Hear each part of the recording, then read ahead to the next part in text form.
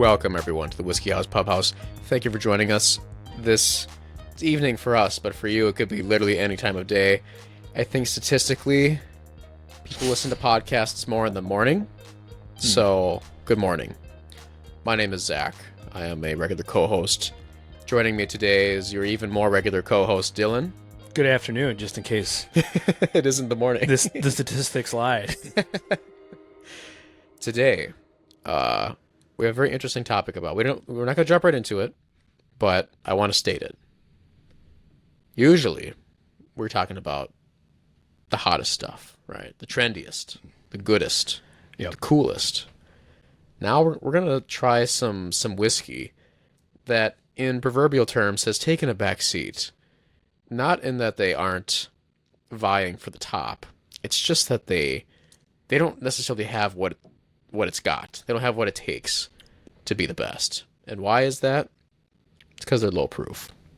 Yep. Today we're going to be trying some low proof bourbons that, what did we decide was the cutting off 50% or less?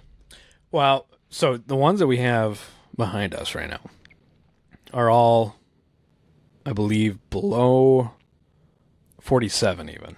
Okay. I think they're all 45. Okay. Actually, no, there's one or two that are below 45. But they're not hot. They are smooth. Mm-hmm. Well, they're not necessarily smooth either, but they're not high. They're not high proof. They're low proof. But do they not taste good? That's what we're going to find out. Yeah, we should have our seal of approval at the end of every whenever we have a dram. It should be just like, is it good? Is it good? Yes, no. Yes or no. This is always the hardest part. I don't know.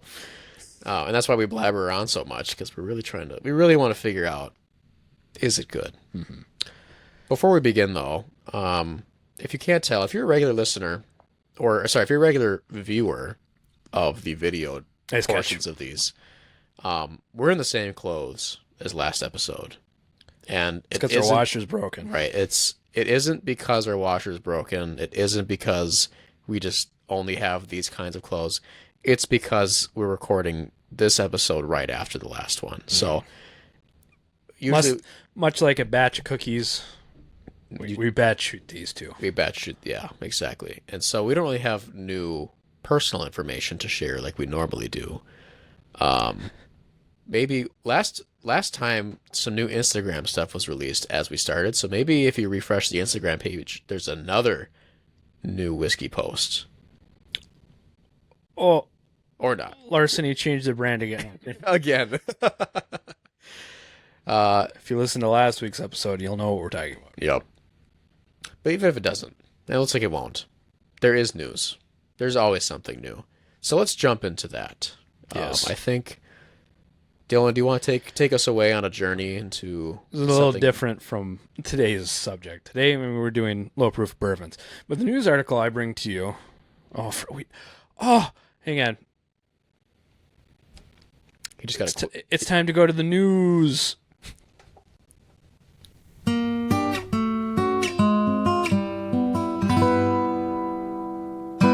That's the saddest thing I've ever heard. Do you remember a couple episodes ago when we were like, oh man, I hope Dylan has sound effects for this? This is what Steve gave me. That's what Steve gave you. That just... Does Steve think of the news as something like somber all the time? It's only bad. I don't know. Probably, maybe. We should play that in reverse. I think maybe we should play that sound clip backwards, and then that'll be more appropriate. I just forgot to play it for last episode, so I felt obligated. No. But, so now that we're in the news segment officially... And Steve, that was well strummed. I'm not trying to make a dig. That was very good. Yeah. I mean, he got that to me like that. Yeah, he just whipped out a guitar, already in tune. And a recorder. Yep. But so today is different for the news in the fact that it is about American single malt. So this is the by Yahoo Finance. I don't know who's still using anything Yahoo anymore, but apparently they got me. So this article was just talking about, the best American single malts according to research. But so it says Whiskey is the most consumed alcohol in the world, with the global whiskey market valued at $64 billion in 2022 and expected to reach $91.3 billion by 2028, with a SCAR of 6% during the forecast period. So they're noticing that there's a consumption of alcohol that is shifting away from beer and wine, and millennials, according to them, are more likely to experiment with other alcoholic beverages, resulting in the growth of cocktail culture. As a result of some tendency, the use of whiskey as a premium ingredient has increased. Product innovations such as flavored whiskey and organic and sustainable options are also come from the majority factor propelling the market. Yeah, it's kind of interesting how the title is Best American Single Malt Whiskey, and then immediately says they're using cocktails. That's kind of why I saved this one, because it just had more interesting facts, obviously, than just a 20 best single malt list. Right. Yeah, I mean, everyone loves a good top 10, but... Well, that's what got me in. But then the facts and statistics, that's what keeps you. Mm-hmm. I did find it interesting. So, I mean, I don't think it's a pretty well-known thing that it seems that beer, especially, is trending down. Wine, I know less about that than anything else.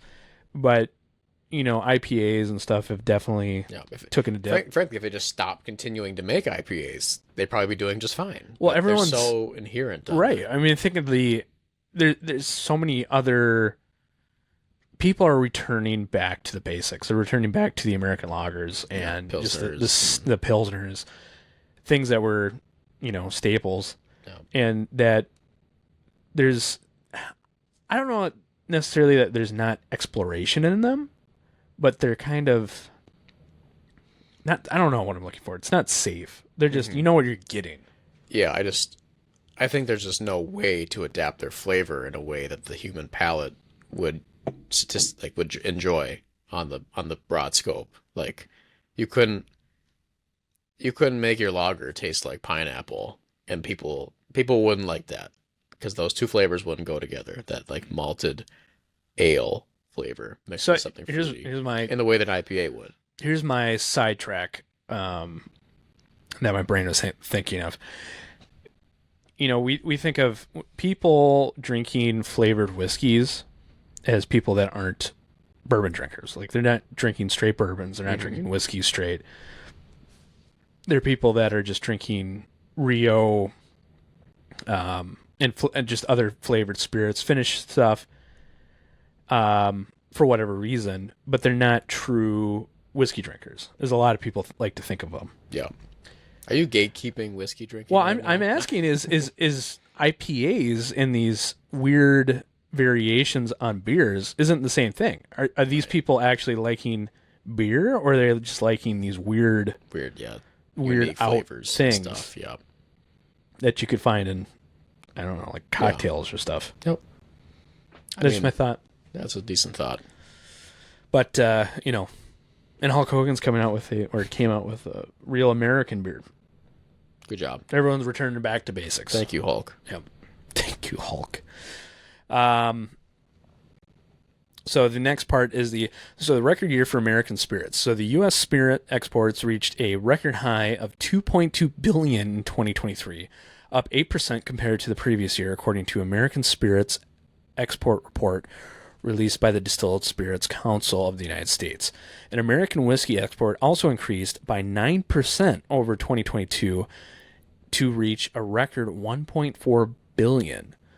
Exports are continued to rebuild after plummeting from the devastating retaliatory tariffs on American spirits imposed by the EU and the UK. These tariffs were suspended 2 years ago, and as a result, American whiskey exports to the EU surged by more than 60%, climbing from 439 million in 2021 to 705 million in 2023.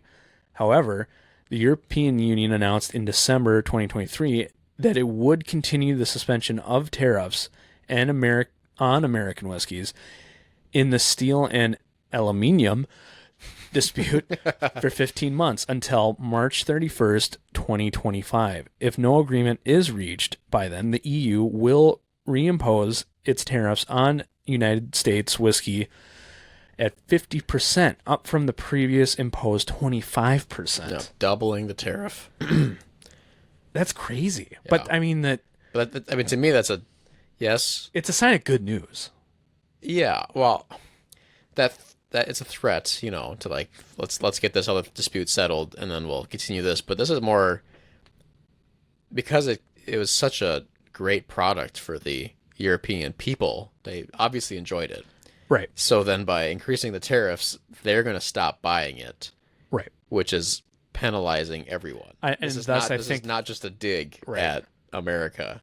I believe that's why they've postponed it. There's this whole steel tariff thing that's 80% of the reason why everything's going on.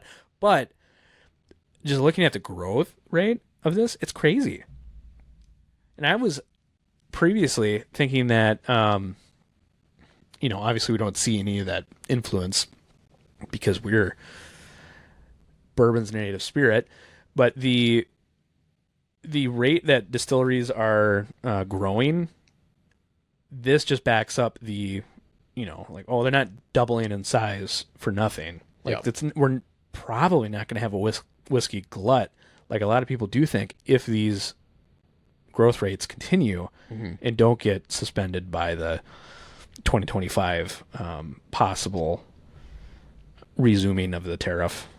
But I'm sure they'll be able to sustain their sales locally too. I mean, America's full of drinkers, right? But you got to think that the growth would be inhibited. If like Buffalo Trace has doubled in size, yeah.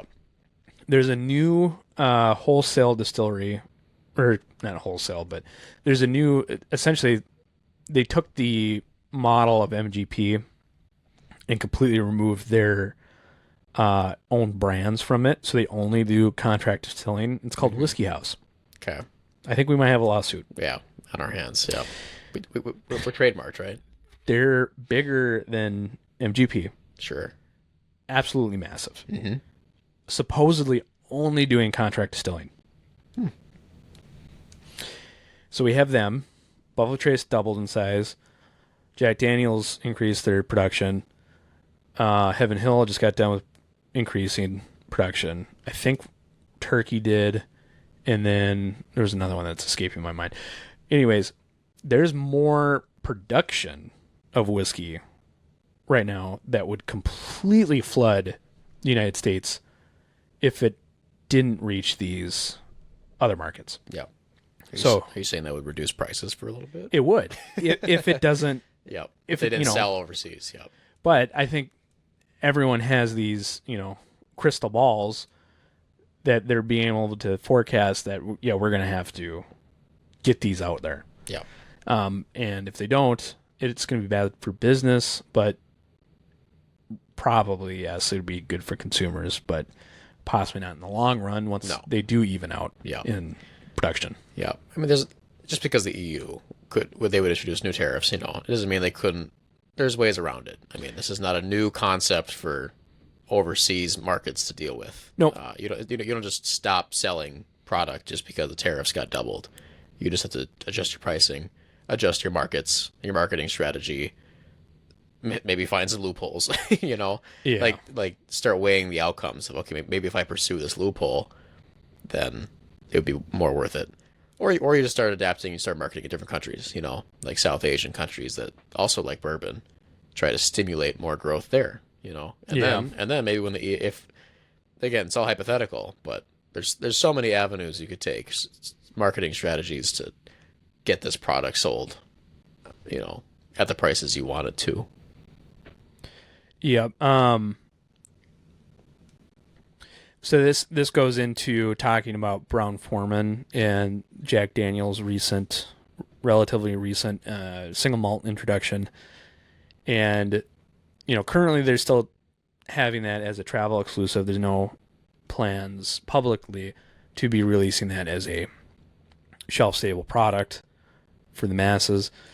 And then it goes into talking about the sales or the stock of Brown-Forman.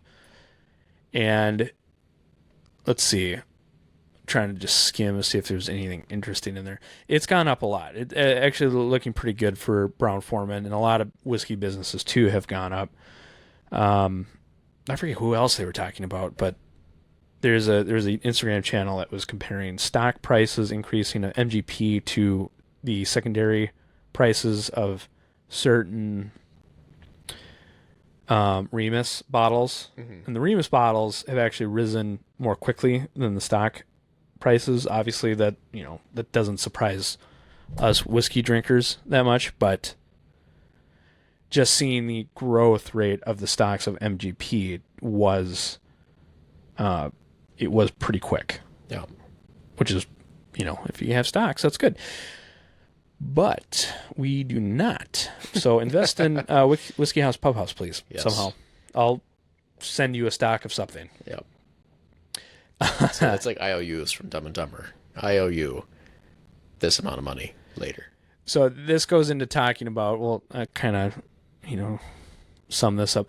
So there's a positive news from emerging markets. Net sales grew 5%. This is talking about Brown-Forman. Grew 5% on reported basis and 8% on organic basis, led by solid growth in new mix in Mexico and Jack Daniel's Tennessee Apple in Brazil. However, the travel retail channel also delivered an 8% growth in net sales and in a reported basis on 6% in organic basis.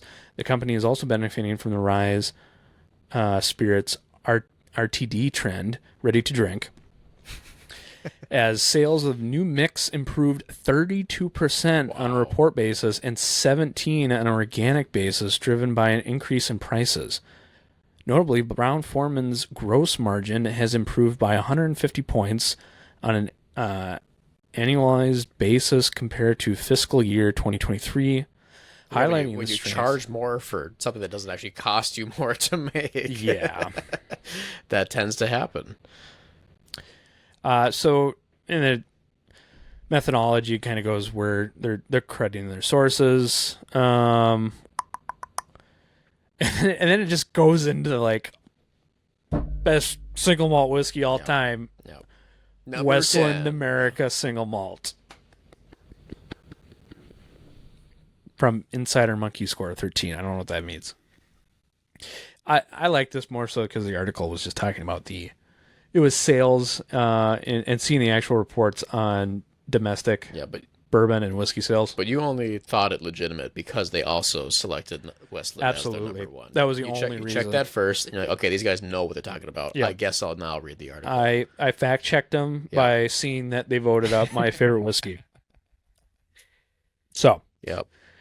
And also somehow provides legitimacy to Yahoo News or Yahoo Finance. Who's using Yahoo anything? Exactly. But apparently they know what's up. So maybe we all should. So here's the main thing that we said. I just want to get to the list. This is the same article. Oh wait. But yeah, the list is extended. Oh, here it is. You gotta get ad blocker, man. You got so many ads. Yeah. So the actual list, the supposed top 20 single malts, looks like they're starting at number 20 is St. George Baller. I don't know what that is. I don't know either.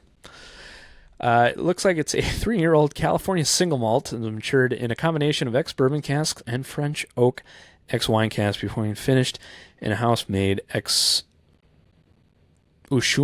cask. That sounds Japanese. I'm going to go with it is. Ushumu. It's surprising it even made the list for being 3 years.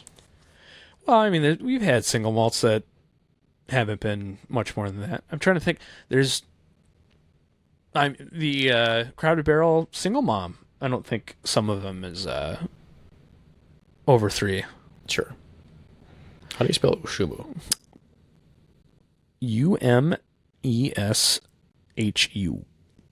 Umeshu. Umeshu. It's plum wine. Oh. Or it's wine, but it's a fruit. It's a fruited wine.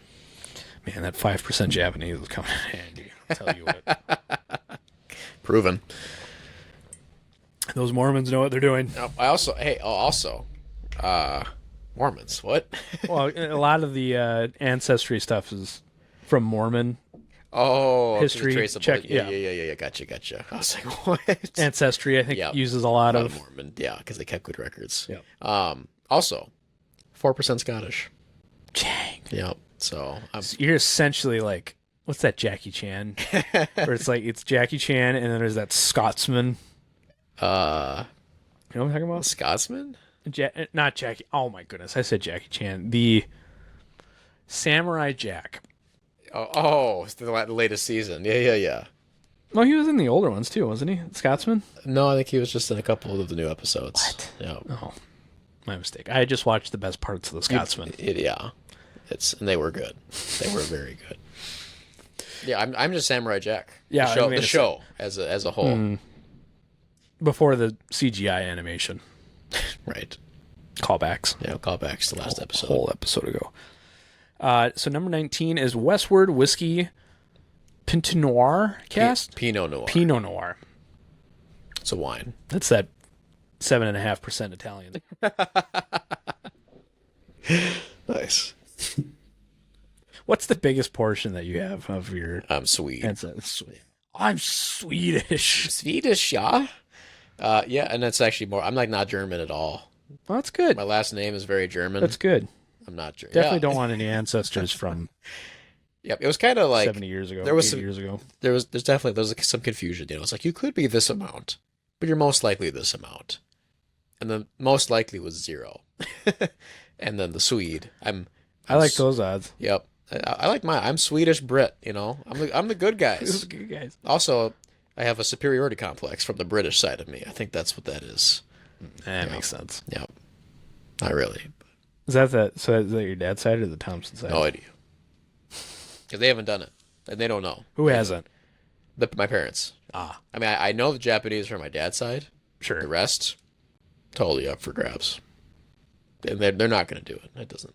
No, it doesn't. It doesn't matter. It doesn't change who you are. It's like it doesn't matter. I don't want to know I'm German. You just get to spend $70 to $100 just to find out some interesting factoids. Yep, that the Mormons already know about you. Yep. So number 18 is Stranahan's Snowflake Pyramid Peak. Sure. That's the limited release one, right? They only distribute that at the Snowflake Festival. The distillery exclusive, yeah. I do have a 10-year Stranahan's. Mm-hmm. That it's pretty solid. I was, for the upcoming segment where we get the low proofs, I had to restrain myself from selecting a lot of single malt American stuff because those are all low proof, all fantastic. Yep, not bourbon. So the details on the Snowflake release, it is a unique blend featuring a basis of Denver-based distillery single malts, various ages, ranges, and a nearly infinite potential combination of cask finishes. Released December 2023. This is batch 26. Cool. Oh, I had mezcal. Previously finished in a cask that had mezcal. Cool. So I like mezcal. Oh, here we go. It's a local. 17 is Brother Justice Cold Peated American Single Malt. We actually have a pick that Ace did up there, and it's pretty good. We haven't done anything on it, but much like most of the stuff in this room. Yep. So this is the first ever cold peated in the world. Instead of burning peat like traditional whiskeys, the distillery had invented the Actinin County process to capture the pure essence of Minnesota's ancient peat. Which that's a lot of nobody knows what that means. Yeah, because you can say you're the first at anything if you detail it enough. Well, they trademarked it because I can tell because it's got that logo next to the process. So only they know what that means. Yeah. Otherwise, it might mean nothing. So good job. I can say that the pick that Ace did is fantastic. I just have trouble buying the full bottle because the full bottle is like $150. Oh, yeah, not worth it. Well, especially when it's optionable to buy a sample bottle, or a smaller. Well, that half bottle I think was like $50. Sure. So I took the chance on it because I wanted to try it. Yep. The full size bottle, but I wasn't going to spend $100 and whatever on that specific one. But all right, 16 is Few single malt. Illinois-based Few Spirits, an expression produced from 100% malt barley, smoked with cherry wood instead of peat. Only about 500 to 600 bottles of this was released every year. I want the sound clip that says, "Oh, good for you." Exactly. 15 is Root Shoot American Single Malt. I'm not familiar with this one either. Bottle and bond, 100 proof. Root Shoot American Single Malt is distilled from 100% Colorado-grown malted barley and aged in the first use medium char American white oak barrel for 4 years. This hyper-local expression is boasted in a sustainable chain-friendly journey by only about 30 minutes from the field to bottle. All right. I'll be honest. Do we have to go through all of these? This is just Yahoo we're talking about. We can if you want. And we did start. We are this far. I can just, I can go to the... I was thinking top 5. All right, we'll go to top 5. Next one was the one... I mean, or just name them. All right, well, fine. We'll just name them. 14 is Stranahan Mountain Angels 10-year. I believe that might be the bottle I have. 13 is Verified American Single Malt. I don't know what that is. 12 is Westward Original. We have to get some Westward in here. They're Oregon distillery. Mm-hmm. Really good. 11 is Jack Daniel's American Single Malt. Don't agree with that. 10 is Corsair Triple Smoke. Have not had that. 9 is Yellowstone American Single Malt. I hate that even more than the Jack Daniel's one. 8 is Westland Garyana Westland Garyana 8th edition. My rage is being contained is why I stumbled. That should be a lot higher up. 7 is McCarthy's 3-year-old Oregon Single Malt. Also should be higher up. 6 is Westward Cast Strength. I agree. 5 is Cedar Ridge, the quintessential. That's okay. That one's good. I've had that one. I think you got to press the continue reading. Where'd it go? Or next page. Why does it have to have a next page? It's on a website. To show you another ad. That's why. What kind of page? It's on a website. Yeah. All right. That's better than like Car and Driver does, or U.S. News and Auto Report for their top 10 or 20 lists. Each pick is a different webpage. Number 4 is Claremont Steep American Single Malt. No. Just no. No. No? It's bad. Yeah. Don't. Bad Yahoo. Bad. You gotta press next page again. Are you kidding me? For the Because we're getting to the top 3. That's why. Number 3 is Balcones 1 Texas Single Malt. I have not tried this, but I agree. It just can't be bad. It must be number 3. Number 2 is Virginia Distilling Company Courage and Conviction Double Cask Reserve. Good name. I have not had this one. Good name. It's inspiring. Individually aged for a minimum of 5 years in first fill bourbon casks, and then STR European red wine Cuvée casks, Cuvée, before being vatted. Yeah, I don't know. And number 1 is, I think we said at some point, is Westland American Single Malt Whiskey.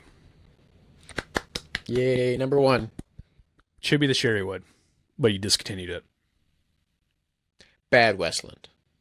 But maybe it's coming back. Yeah, we never know.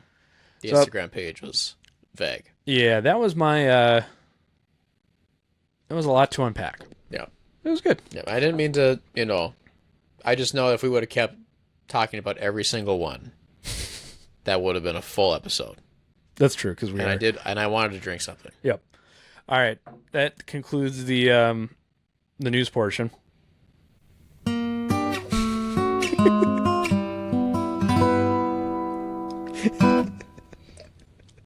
And we're back. That is the best. It's so fun. I love that. So when you think low proof, what is what the quintessential bottles that come to mind? Just like name 2. Oh, quintessential low proof is what do they have to be able to achieve? Yeah, it's got to be smooth. Okay. I mean, yeah. So I think 2 bottles that I think are the quintessential low proof. I'm gonna go with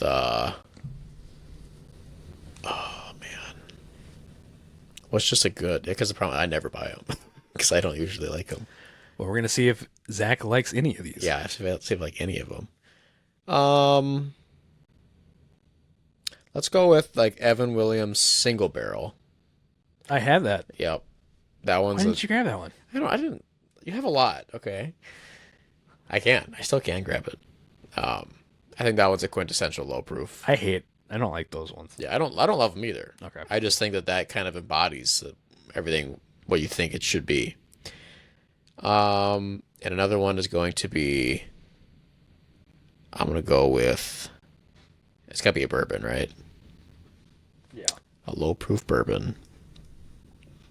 The standalone Elijah Craig small batch. Yep. Yeah. Yeah, that was one I almost picked. I don't see him as much anymore. Before the cask strength barrel pick selections, the private barrels, they also always were like the 47 proof. So I do have one that's 10 years old that I bought a while ago. Yeah. It's been a while, but I almost selected that one to try out. Yeah. But the first one that we'll talk about that I picked was the Tin Cup 10, made famous by Matt Why is it Porter. called that? It's got a tin cup. Oh. So, no. We're using the cup provided. No. We're both taking shots from it. Yeah. We'll share the glass. Thank you. I shall partake. So this is around like, I won't say the price yet. Okay. I don't want to say that. I shouldn't lead with that. The story with this one. So this does say American whiskey. However, the more recent ones do say bourbon on them. So what this is 84% 84 proof, sourced from MGP, and it is completely bourbon. All of the Tin Cup 10s, from what everyone can find out, is they're all bourbon, and the newer ones say that outright. I think some of them, there were some in-between ones that on the neck tag say bourbon on them, and some don't, but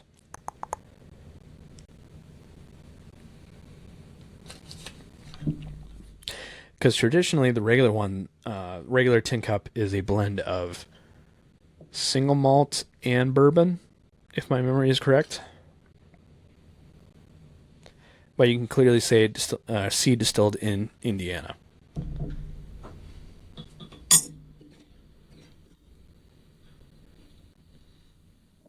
Yeah, so I'm just getting a lot of Twizzlers, a lot of red licorice, a little bit of fruit, like a cherry. Little minty. Yeah, I'm getting like taffies. Yeah. Like Starburst. Yep. Yeah, like a cherry Starburst. Yeah. I concur. You love them so much you just eat the wrappers because you're like, it's wax paper. It's edible. Usually it's just because I'm sick of the taffy getting under my fingernails when I'm like I'm just trying to open it fast, Oh, the pink ones. Yeah. Oh yeah. I was a pink one. Oh, I mean, I eat them all. I don't really have a favorite, to be honest. No, the pink ones are my favorite. Yellow ones were the worst.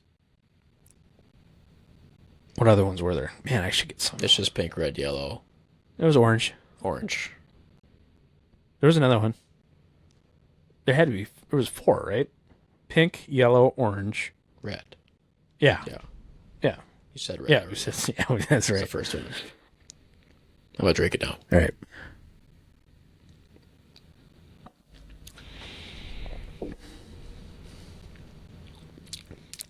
It's smooth.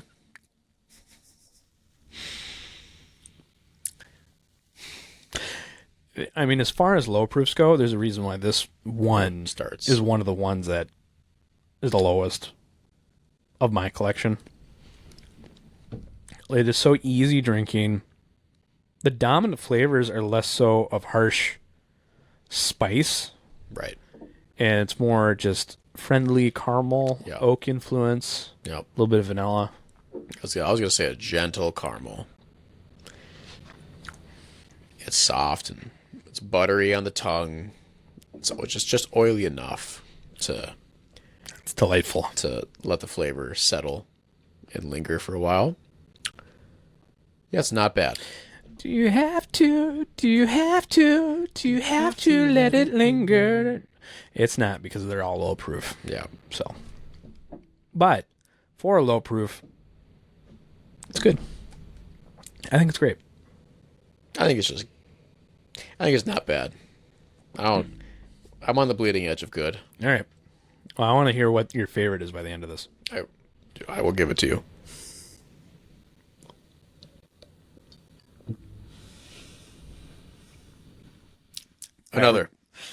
Another.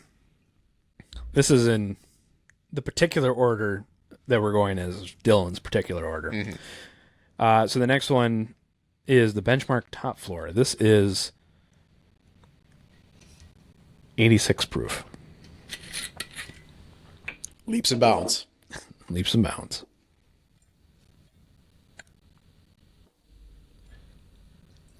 Appreciate it.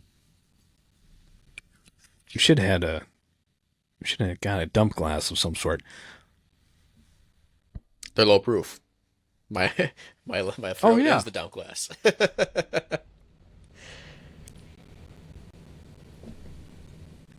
I do not condone over drinking.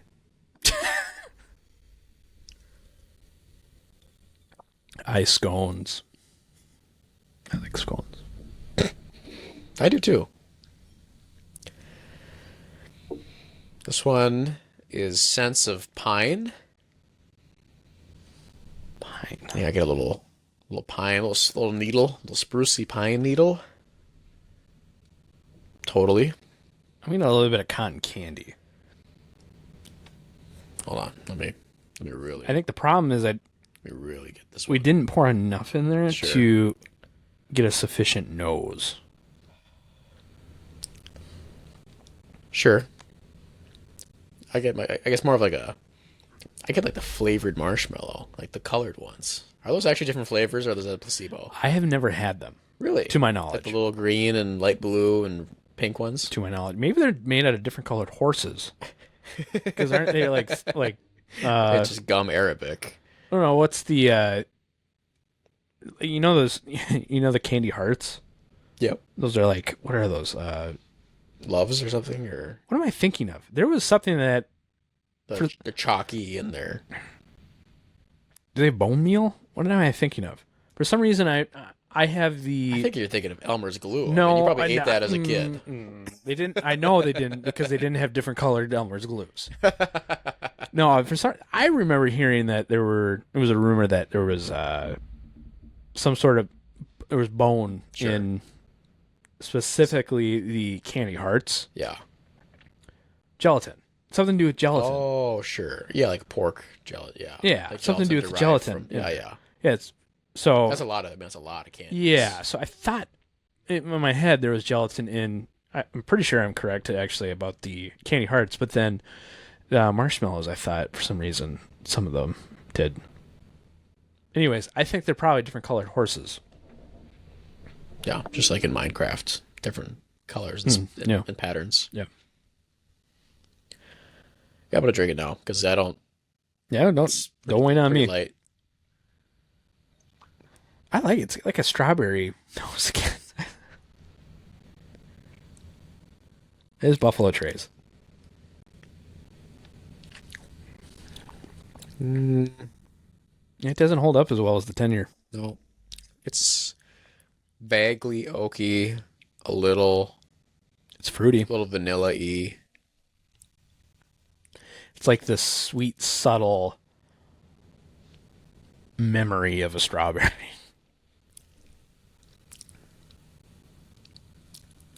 Yeah. Yeah, a whiff of fruitiness. I'm not.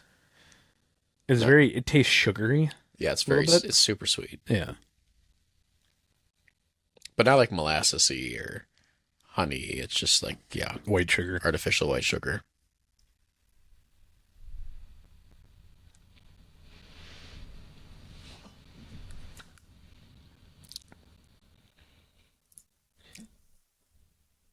I don't want to jump up with proof quite yet. So Yeah, I'm gonna call that one.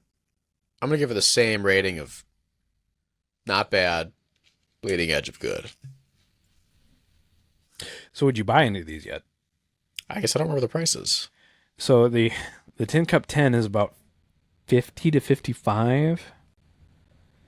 The top floor benchmark, I think, is like $25. Yeah. And the benchmark for 25, Might be less. I would do that. 50 for the tin cup. You do get a tin cup out of it, but still, I do get a I tin don't. cup. I just don't.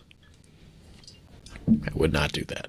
But it's made it at an elevation of 5,251 feet. That's cool. I don't know. To be honest, I haven't done the scientific study of flavor profile at different elevations. No, neither have I. But it would give me to buy a lot more of these. If they had when the mountains turn blue, then it's ready to drink. Then I would buy a lot of them. Absolutely. And what's funny is it's just the label. It's just Blue Mountains on it. It's always all ready. the time. It's all the time. It's just always ready. It's always They ready. don't turn blue. They just are blue. Missed opportunity. And they still have the caption saying, People start like, "Whoa, wow, it's a miracle product." Bourbon's not ready to drink." But there's this one that's got Blue Mountains, and it says it's ready to drink when the mountains are blue. Yeah. And it's always blue. Yep. Marketing. It does work though. I mean, Coors Light does taste better, almost frozen, because then you don't have to taste it. Yeah, that's it's science. just refreshing. All right, this is Buffalo Trace. Yep. Yeah, this is a Buffalo Trace, but specifically store pick Buffalo Trace. I know it's hard to find, but this is just my opinion. If you can get a Buffalo Trace, get a Buffalo Trace. But if you can get a single barrel, normally they're better. Mm-hmm. Yeah, kind of grapey, kind of ashy, kind of like a spent fire. And this is 45, so Yeah, we did go up a little bit. Another 4. Oh man, we're hauling up that proof mountain. This is how the slippery slope starts. 2%. Mm-hmm. Not as good as I remember. That one, this bottle is pretty airy. This one tastes like it's been opened up a lot. I mean, it hasn't. This probably hasn't been open since. My gut, I want to say it was like bourbon trials. Sure. Because years ago. It just tastes like it's lost its what it once had. I have no way to disprove it. Yeah. It's close to the top floor, but it definitely has more of the oak influence to it. But that's about it. Yeah. But this is a single barrel, so I mean, not discrediting normal Buffalo Trace, but actually, I like this one the least so far. Wow, which is crazy. Yeah. This is not good. As I finish it.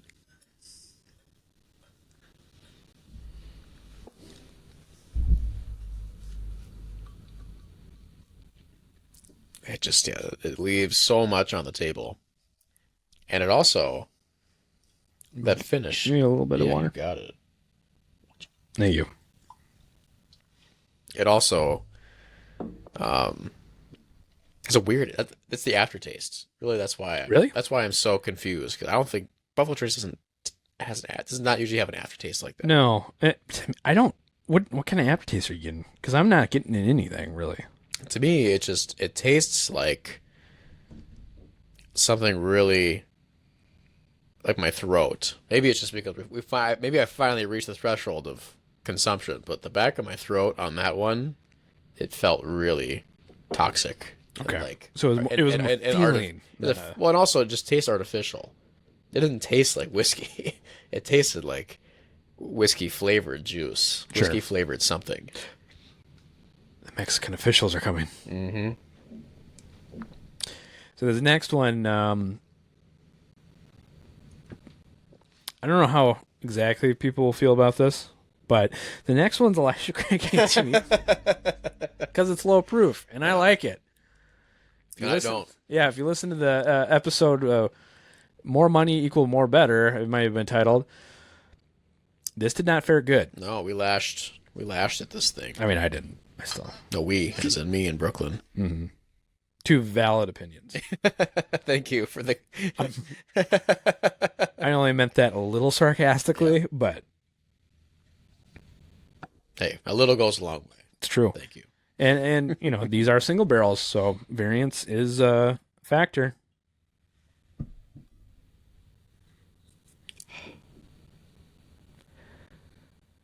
Oh my god. Was this the one that I was like, oh, it's pickly, so it's got to be George Dick? I think it was this It one. was. And I smelled it before you said that. And I said, why does it smell vinegary?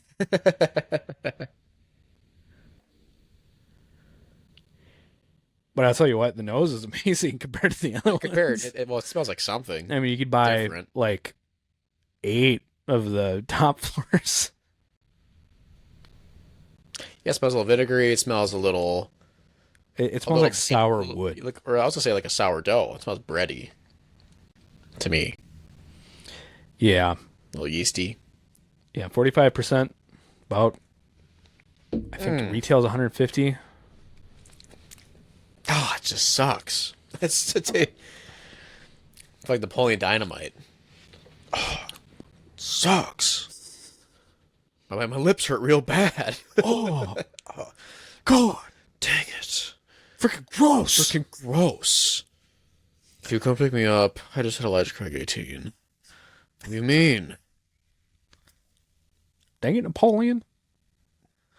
Yeah, I mean, I would drink it over the other ones. Yeah. Would I buy it for the retail over the other ones? No, not really. I'll say it's not good. It's not great. It's more complex, and I would drink it for the complexity over the other ones, but I wouldn't recommend it to people. I mean, honestly, I guess the flavor is okay. It's just, it has this quality of, it's just so dry. It's so not rich, so not oily. It just evaporates instantaneously. It's like your tongue just absorbs it all. It leaves this residue of just oak and acorn. Which is what people complain about. It's over oaked. Yeah. And I agree, but I still like it. Sure. I may look like a burnt chicken nugget, I still love myself. but I still love myself.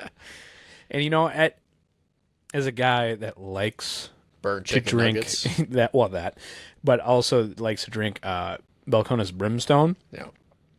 pretty much nothing's on the table as far as You gotta defend. spirits. Yep. Yeah. You can defend.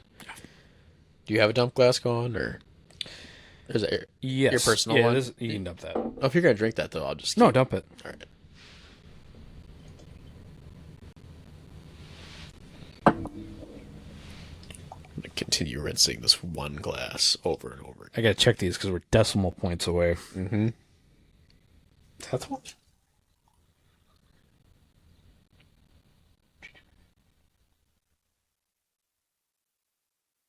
Oh, well. I guess that's one decimal Uh-oh. that I put away. No leaps and bounds? Nope. 1 decimal point. So this is fairly new for my possession. This is Shanks by Michter's. I should buy this for the golf course. You know what shanking is?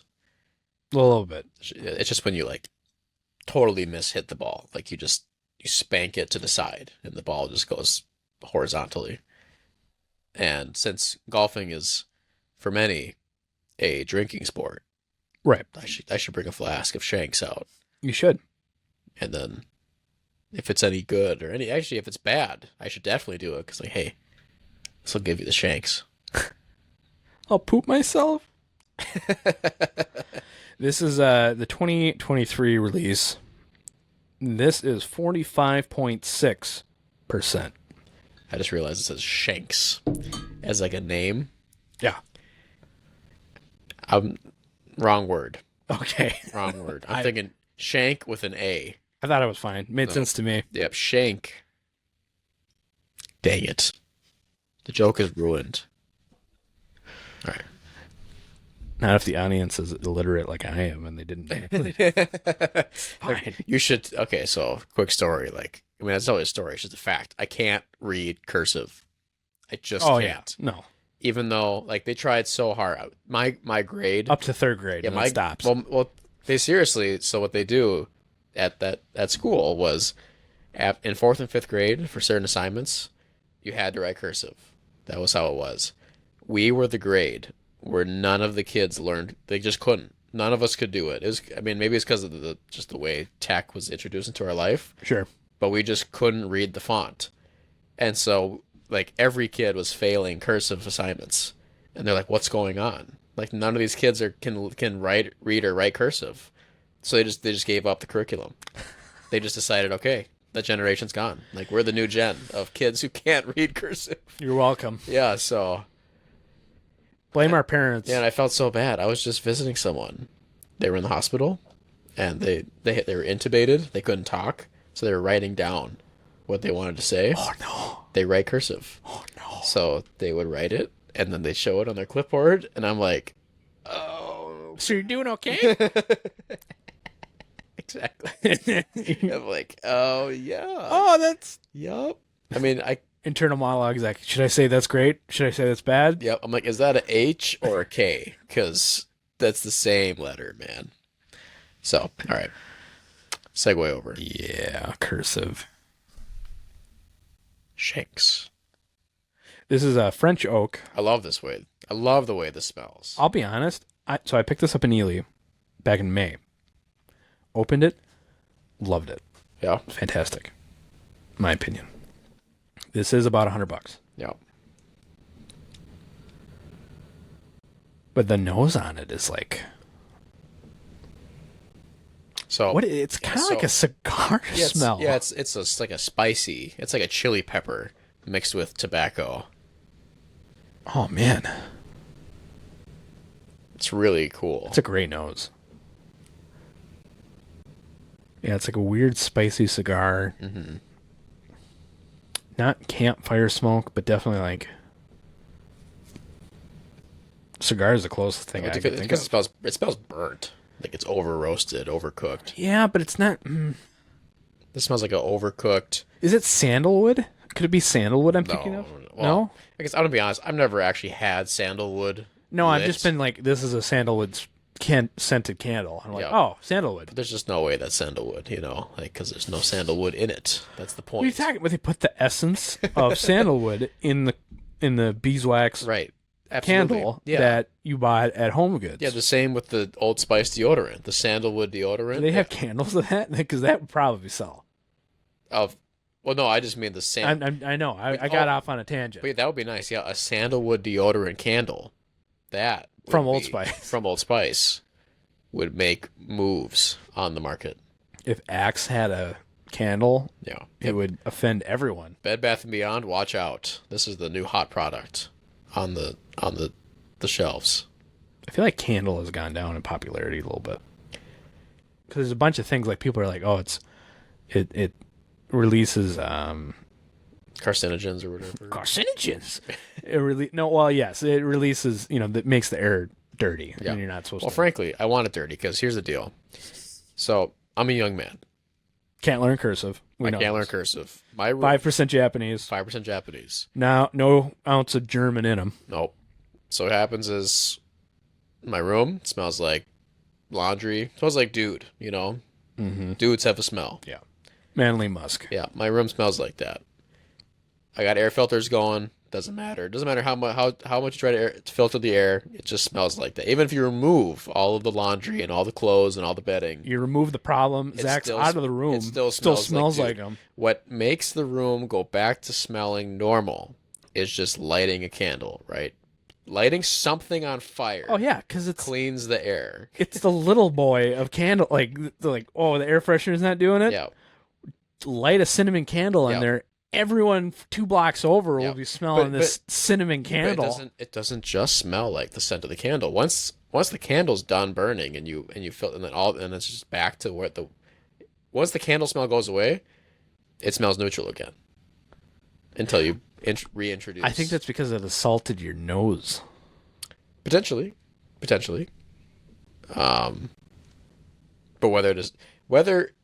doesn't even matter what it did to my nose. The fact is that it created a solution for me. It's true. It allows me to not smell the manly musk. And that being said, probably for others too that smelled the candle. So it neutralizes. It's good. What kind of candle do you use, scented wise? It's one of my sisters. My sister makes those natural. That's right. She makes her own candles. I believe this one is it's not pine, but it's some like bark. Some like Birch? she calls it like walk in the woods. Like Christopher Walken. Close. Yep. I would name one soldering iron, and I put a picture of him on it. From the Joe Dirt movie. From the Joe Dirt movie. Like, I don't like your tone. It's all wrong. If you do it again, I'll stab you in the face with a soldering iron. And then we'll get another candle that's him from Balls of Fury in the suit. He's like, can't hit backhanded. I can't hit left-handed or whatever. So good. It's a good movie. Anyways, the Shanks. Oh man, the nose is so good. I don't want it to be bad. Speaking of assaulting your mouth, holy moly! What's the proof on that? 45.6. That's it. Yeah. Holy moly! It's got French oak on it, so it could be a French oak. Sure, some casking, whatever. Oh, I didn't have. I probably would have done this. The regular Maker's Mark 46. I probably would have thrown it in here if I actually had it. Because this would have been the Maker's. That's a bourbon. Yeah, Maker's Mark 46. Yeah. Oh, the French oaked. Yeah. Oh, yeah. That's probably the closest thing that's readily available compared to the Shanks. Yeah. This is better though. I've had that, and this is leaps and bounds. The nose on this is like it's like an 8.5. Yeah, out of 10. It's stupendous. Nose is amazing. The flavor, 6.5, realistically, and that's to me for my profile. That's good for a low proof. Yeah, I love the amount of the spicy flavors. Baking spice all day. It's like super tart, super aggressive, very warming. These are just all warm flavors. You could basically, I mean, I'm seeing Elijah Craig 18 for like $180, $200 more regularly. Yeah. Shanks, if you did come across 2023, and I did, there was 3 of them. Yeah. I'd take 2 Shanks over the 18. Oh, yeah. This invokes memories of good times. Like, it's really good. Objectively, I would agree it's not much more than a 7 for flavor, but it has that, it's just got that seal of approval. Yeah. It's like there's that guy on YouTube, he does gaming reviews, Angry Joe. I haven't seen him. He'll do, he rates games, and what he does is he'll rate the game 1 through 10, but then he'll give it a badass seal of approval, which just means like this game it's hard. It goes hard, essentially is what he's saying. So he'll give the objective score of like, yeah, this game's a 6 out of 10, but it's a badass seal of approval. Like Helldivers 2 is like, this game's a 7 out of 10. Like, it's not really that polished. The gameplay is very repetitive. Sure. Blah, blah, blah. But that's a badass game. That's a badass seal of approval. This whiskey is like it's like a 6 or 7 out of 10. But this is a great camp. This is a great whiskey. Whiskey House seal of approval. Yeah, this is a Whiskey House seal of approval. I added a dash of water to it, and it made the spice pop. Sure. I think I have too little to add water to, but I believe you. Like a good cork. All right, this next one is the Bullet 10-year. I'm confident this one is good. I'm going to need to rinse out. The spice is just so potent. Oh, yeah. It's good.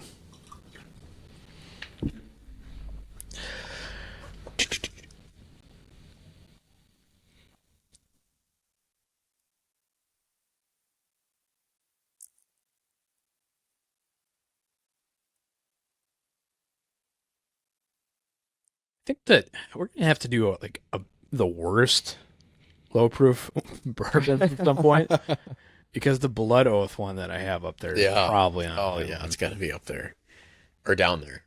Exactly. Honorable mentions though. I mean, Michter's 10-year low proof. It's good. But, there's a lot of different things you can get. I mean, I'd argue most of them are not like good. Like that's why you don't have them. I would say, so I know what you're saying, but I think I would reword it as they're good, but the moment you take into account higher proof things, then the value proposition is lost. Yeah. So it's almost like, I don't know if it's a different scale, different, like a different range that they're on. Maybe. But if you just look at the low proofs on their own, the Michter's 10-year, some of those are so good. Yeah, I got to quit playing golf and divert those resources back into No, probably not. whiskey purchases. It's all the same in the end as money spent. It's just money spent, but I mean, for now, right now I'm in the Maybe in the winter. So it's like a day. Seriously, this summer, I have not. So here's the deal: I'm a dweller. I'm a basement dweller. I love to watch movies, play games, TV shows, social media. Like I like that kind of content and whatever.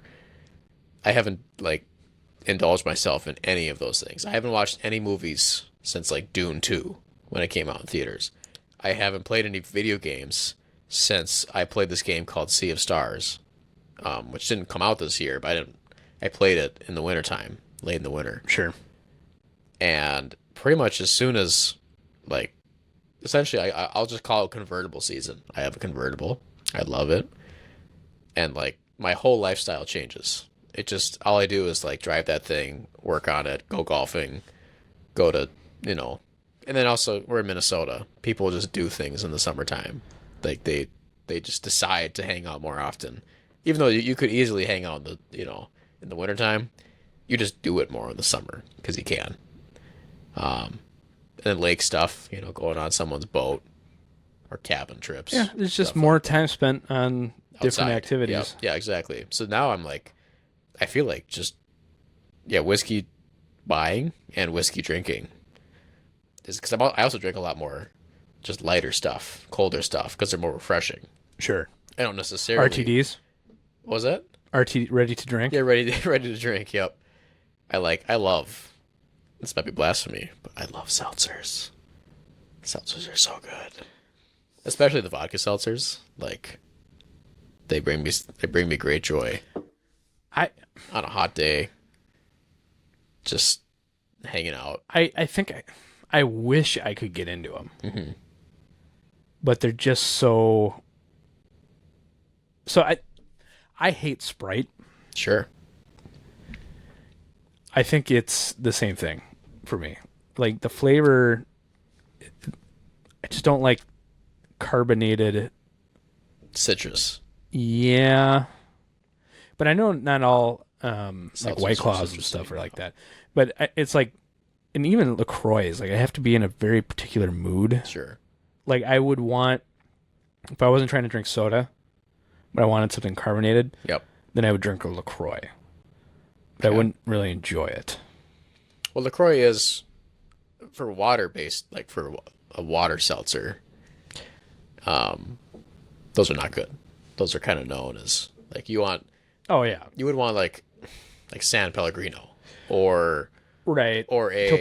Topo Chica, or a Spindrift, or something. Or even grocery store house brand seltzers are better than LaCroix. Well, so I guess to me, the seltzer, most of the seltzers that I've had are very similar to LaCroix as far as profile. Yep. A lot of them just they taste like they have the essence of something. It's like water that kind of tastes like an orange, or kind of tastes like a lime, but doesn't actually. We filter these through a basket of oranges, right back into the Homer bucket, and then carbonated it. Yep. And that's why honestly, that's actually why the alcoholic seltzers are better, is because they're usually syrup based, so they have the ingredient in them that makes them taste like whatever they're supposed to taste like, and then they put Bourbon's got the essence of corn. it does. It does have. It's got 50% of the essence of corn. Yep. At least 50. At least. In fact, usually it's more. They're like seltzers. But I'm gonna be honest, corn juice is not my favorite. It's not sexy if you say it. You want some corn juice? You're like, no, I've boiled corn No before, thanks, no and thanks. it is milky. Milky. No, when you boil corn, Sure. it's like it just gets. I mean, it's not. It's cloudy water. It's cloudy. Yeah, it's gross. I was looking for more of a descriptor like that. Yeah. But milky was. That came to mind. Yeah. Good. Mm-hmm. That's a good one. All right, Bullet. Be the best. Time to bite the bullet. It does have an interesting nose, though.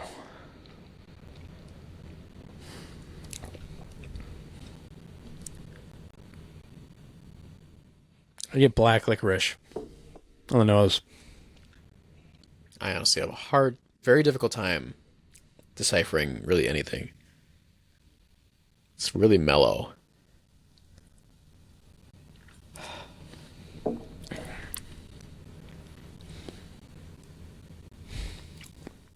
It's got a little bit of the Elijah Craig 18 sourness to it,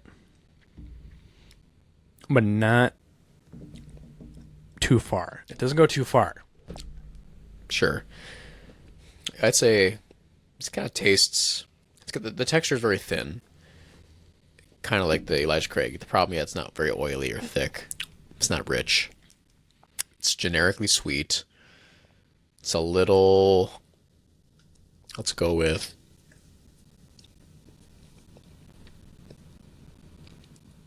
It's a little spearmint and a little vanilla. Yeah. And it just dies so fast. And I don't.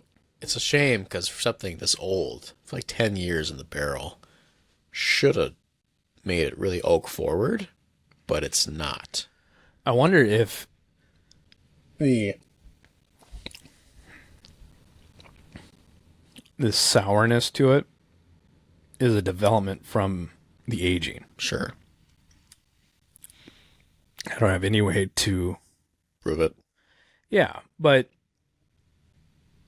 I feel like what the reports of people not liking Elijah Craig are that like tannicky sourness to it that I think we might be on this specific Elijah Craig 18 interpreting as like a sour vinegar Sure. aspect. That the Bullet 10 has it, but to a lesser effect. That it's like the oak impact is just turning it into a sourness of a type. This is also, I believe, about $50. Yeah. I guess for the money, this is my value proposition because I like this More than the 10? more than The tin cup? the tin. Well, I like all the first three. I actually like this more than the Buffalo Trace, the Tin Cup, and the Benchmark. Okay. But, well, actually, I don't know. I'd have to revisit the Benchmark. We're getting into higher proof stuff, and just that proof makes me like it more. Yeah. But, I mean, honestly, flavor alone, I think I might like the Benchmark better. Which was it was similar, just kind of generically sweet. Yeah. Which is okay. That's not bad. So let's see. We're calling the bourbon price challenges. We left off on 40. Yeah.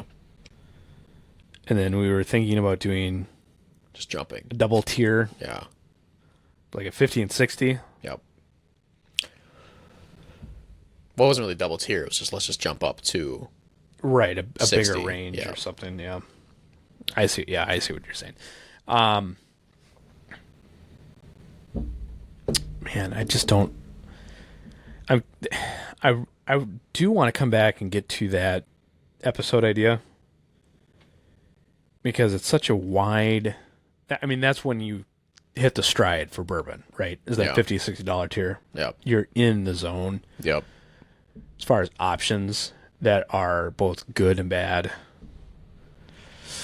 Man, I'm just thinking, what would I in this moment select for that price tier?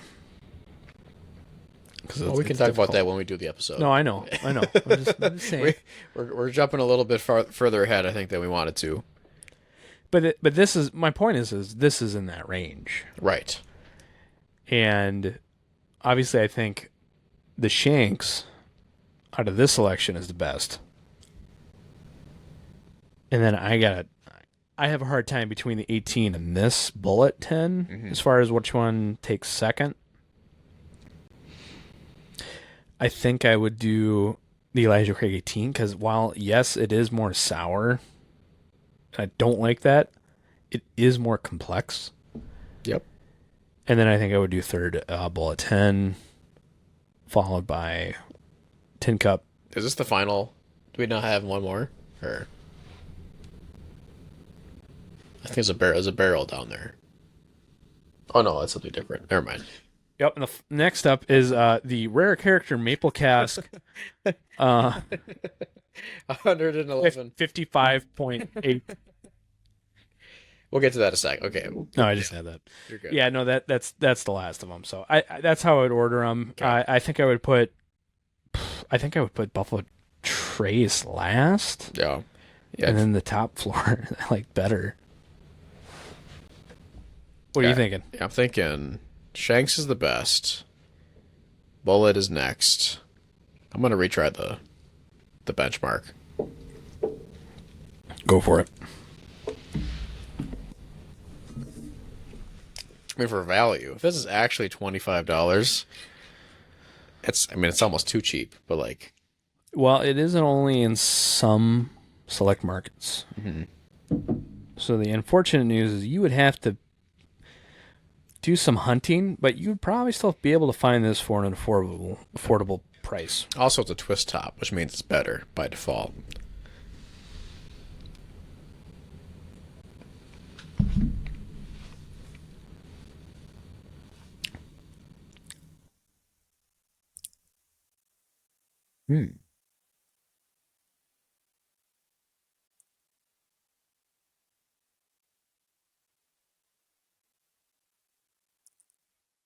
You can taste it's just less quality. You can just kind of tell it's really sweet.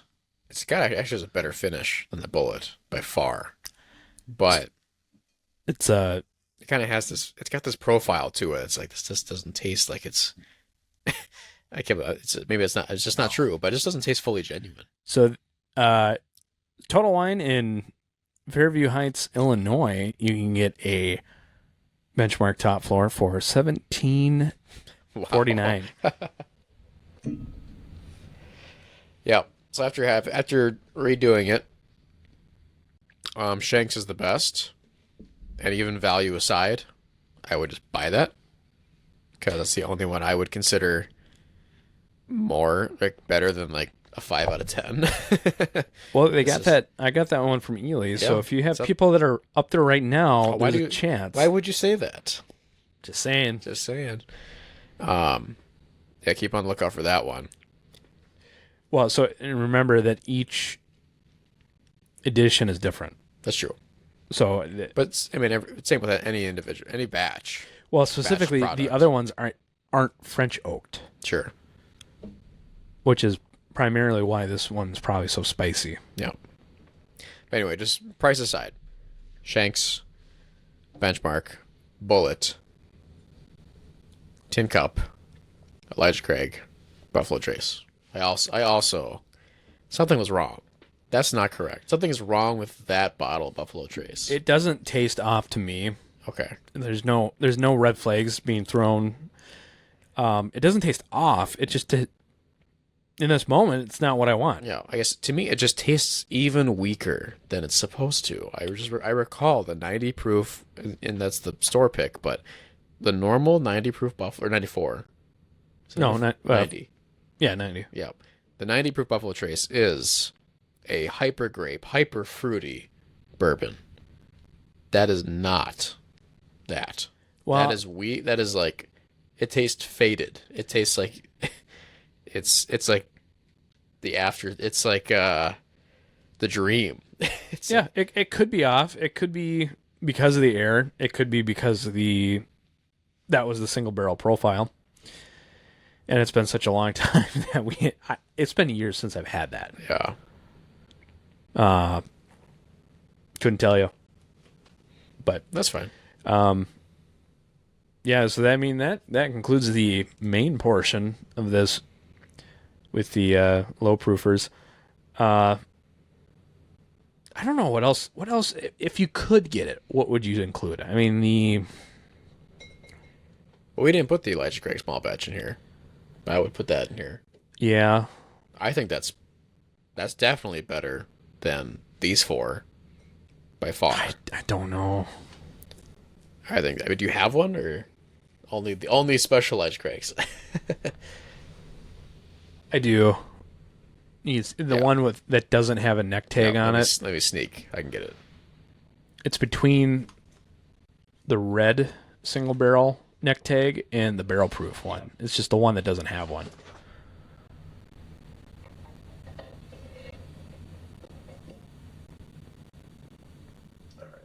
I love coming in here because you go in here and you're like, oh, I don't think I have this specific thing. And you're like, oh, I do.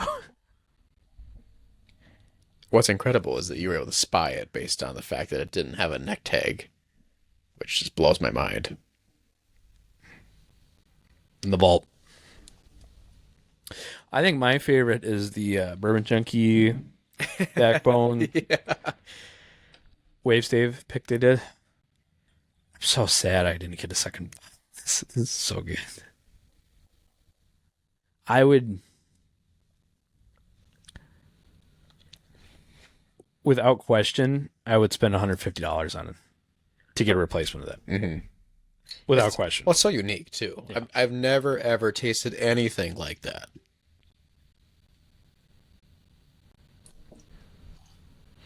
Here, one.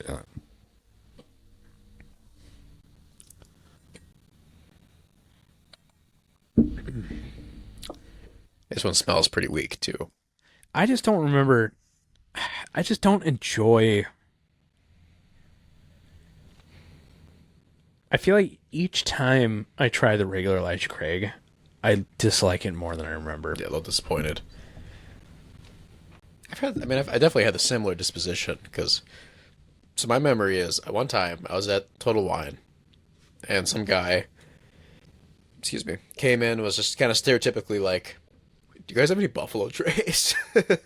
There's always that guy, because he's not, and he wasn't even looking for BTAC. He just wanted the regular Buffalo Trace. Right. Back when this was like there wasn't any, and and they didn't have any. So I leaned over. I'm like, "Hey guy, like, just so you know." Like I don't want to be.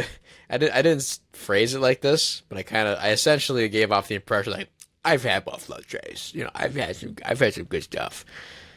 And I said, just get the Elijah Craig. I'm 5% Japanese. Yeah. I said, just get the Elijah Craig. It's the same, if not better. You're not missing out, and it's available, and it's the same proof. Like, just get that instead. And he's like, that's okay. And he just walked out. And then I remember trying it later. The Elijah Craig, and I was like, I don't think so. I think I was wrong. I think I was like, maybe this wasn't better than Buffalo Trace. Well, because I think you were talking about this same thing when I did the Elijah Craig 18 to the small batch. Sure.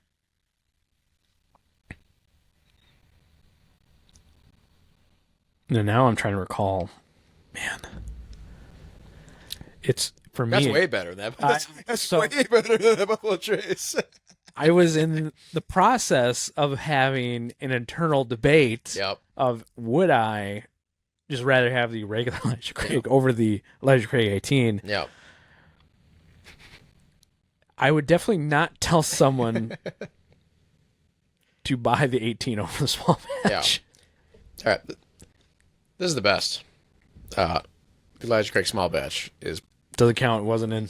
You're right. It wasn't part of the podcast. I didn't select it. Yeah. You didn't select it. No, I didn't select it. And it would have been. No, It's not in. It's not in. I won't rank it. Beyond that, it is better. It is the best considering the price and the flavor. Yes, it is the best. But no, I truly think there is a case to be made. However, this is probably the reason that we didn't select it is 47%. Sure. So yeah, it is. We were trying to. We're trying to be low. We're trying to be really low. Yeah. But seriously, and I've noticed this at home, and it's just that bottles that are open for a while have lots of air in the bottle. They don't. They do lose their flavor.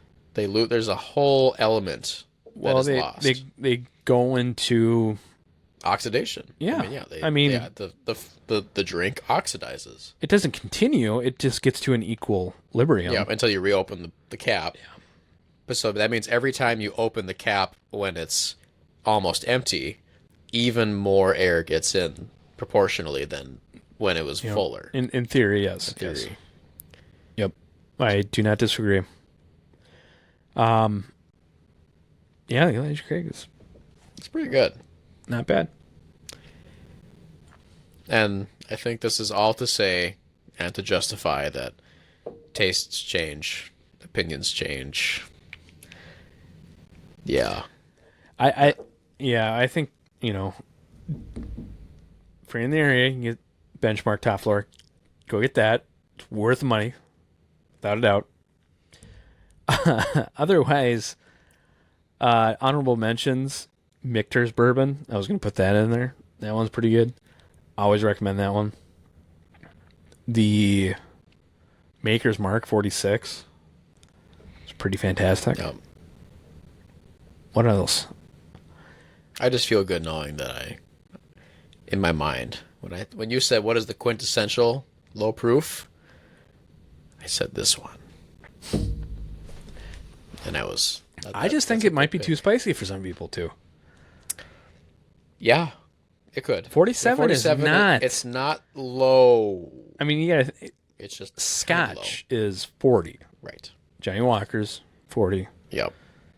A lot of the Buchanan's. I would argue that Scotch, Johnny Walker drinkers, drinking the 40s, they're mixing those ones. Because they're not all 40s, right? Platinum and above, they go up. I think it's just the red, green, black, and red or gold. Nope. No, really? The gold, platinum, blue are all 40. Really? Mm-hmm. You're sure about that? Yes. Okay. I will. If I am wrong, at this moment, I will give you any selection choice. Okay. I don't want. You've already on any of the three. You let me drink whatever I want, so I'm not gonna hold you to that. No, you should. That's how confident I am. Yep. All right, Johnny Walker. Which one do you want? I'll just test all. I mean, the claim is all of them. I believe all of them except for, the only one I'm unsure about is the green label. Mm-hmm. Yep. Gold. It's 40%.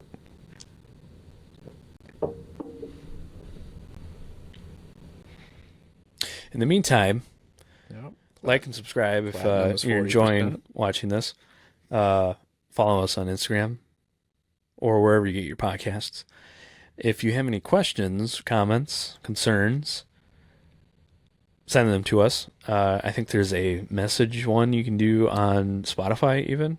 Otherwise, you can email us at whiskeyhousepubhouse@gmail.com. Dylan was correct. And you're even correct in saying the only one I'm not confident about is the green. Because, that's not. It's not 40? Green is not 40. The rest are. So, no winning for Zach today. I'm a master of my trade. Yep. Except for the small batch. This is the best. I've always been an advocate for that one. I would say that the small batch Elijah Craig is probably one of the best values in whiskey. On statement. All right, anything else? No. All right, we've dragged this out to almost an hour and a half. Sorry about that. No, they love it. Our audience is captivated by us. I'm sure Brian does. That's going to do it for this episode of the Whiskey House Pub House. But like I said, like and subscribe, send us comments. We'll see you next time. Bye-bye.